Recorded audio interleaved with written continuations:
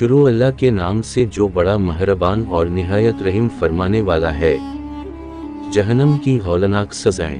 حضور اکرم صلی اللہ علیہ وسلم فجر کی نماز کے بعد صحابہ کرام سے دریافت فرما لیا کرتے تھے کہ تم میں سے کسی نے کوئی خواب دیکھا ہے؟ اگر کسی نے دیکھا ہوتا تو آپ صلی اللہ علیہ وسلم اس کی تعبیر فرما دیا کرتے تھے۔ چنانچہ ایک مرتبہ جب آپ صلی اللہ علیہ وسلم نے صحابہ رضی اللہ تعالیٰ عنہ سے دریافت فرمایا اور کسی نے بھی خواب کا تذکرہ نہ کیا تو حضور اقدس صلی اللہ علیہ وسلم نے ارشاد فرمایا کہ آج میں نے ایک خواب دیکھا ہے کہ دو آدمی میرے پاس آئے ہیں جو میرا ہاتھ پکڑ کر مجھ کو ایک مقدس سرزمین کی طرف لے کر چلے گئے۔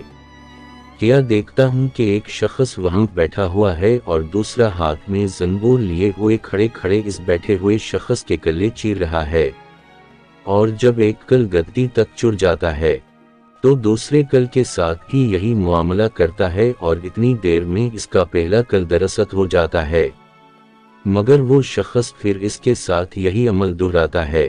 یہ دیکھ کر میں نے دریافت کیا آخر یہ کیا بات ہے؟ تو وہ دونوں کہنے لگے آگے چلیے۔ ہم آگے چلے تو ایک ایسے شخص کے پاس سے گزر ہوا جو لیٹا ہوا ہے اور دوسرا شخص اپنے ہاتھ میں ایک بھاری پتھر لیے اس لیٹے ہوئے کے سر کو نہایت بے دردی سے کچل رہا ہے۔ چنانچہ جب وہ شخص اس کے سر پر زور سے پتھر مارتا ہے تو پتھر لڑک کر دوسری جانب چلا جاتا ہے، اور وہ شخص ابھی اس پتھر کو لانے بھی نہیں پاتا کہ اس کا سر پھر درست ہو جاتا ہے، اور پھر وہ اسی طرح اس کا سر پھوڑتا رہتا ہے۔ یہ ماجرا دیکھ کر میں نے دریافت کیا کہ یہ کیا قصہ ہے؟ تو وہ آدمی کہنے لگے آگے چلیے۔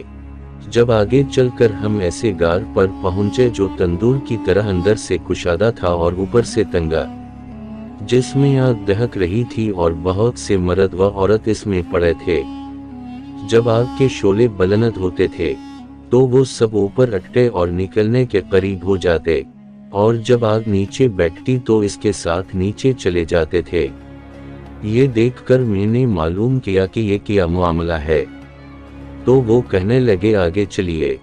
آگے چل کر ہم نے دیکھا ایک خون کی نہر میں ایک شخص کھڑا ہے اور دوسرا شخص نہر کے کنارے پر کھڑا ہے جس کے سامنے بہت سے پتھر پڑے ہیں۔ جس وقت اندر والا شخص نہر کے کنارے کی طرف آتا اور نکلنا چاہتا تو کنارے والا شخص زور سے اس کے مینا پر پتھر مارتا کہ وہ پھر اسی جگہ واپس پہنچ جاتا، اور پھر جب وہ دوبارہ باہر نکلنے کی کوشش کرتا تو پھر اس کو اسی جگہ دوبارہ پہنچا دیتا۔ اس حال کو بھی میں نے معلوم کرنا چاہا تو وہ دونوں کہنے لگے کہ آگے چلیے۔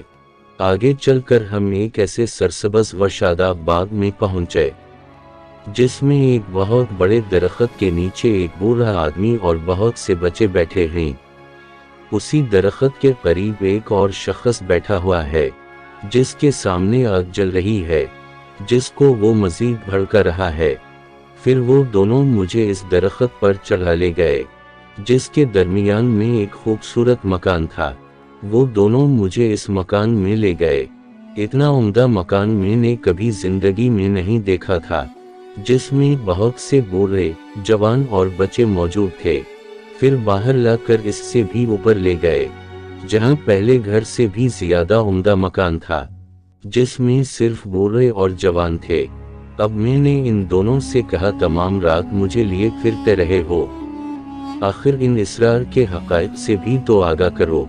جب انہوں نے بتایا کہ جس شخص کے کلے چیرے جا رہے تھے وہ جھوٹا شخص ہے جس کی جھوٹی باتیں دنیا میں مشہور ہو جاتی تھی، قیامت تک وہ اسی سزا میں مبتلا رہے گا، اور جس کا سر پھوڑا جا رہا تھا وہ ایسا شخص ہے جس کو اللہ تعالیٰ نے علم قرآن عطا فرمایا، مگر رات کو غافل ہو کر سوتا رہا تھا اور دن کو اس پر عمل نہ کرتا تھا۔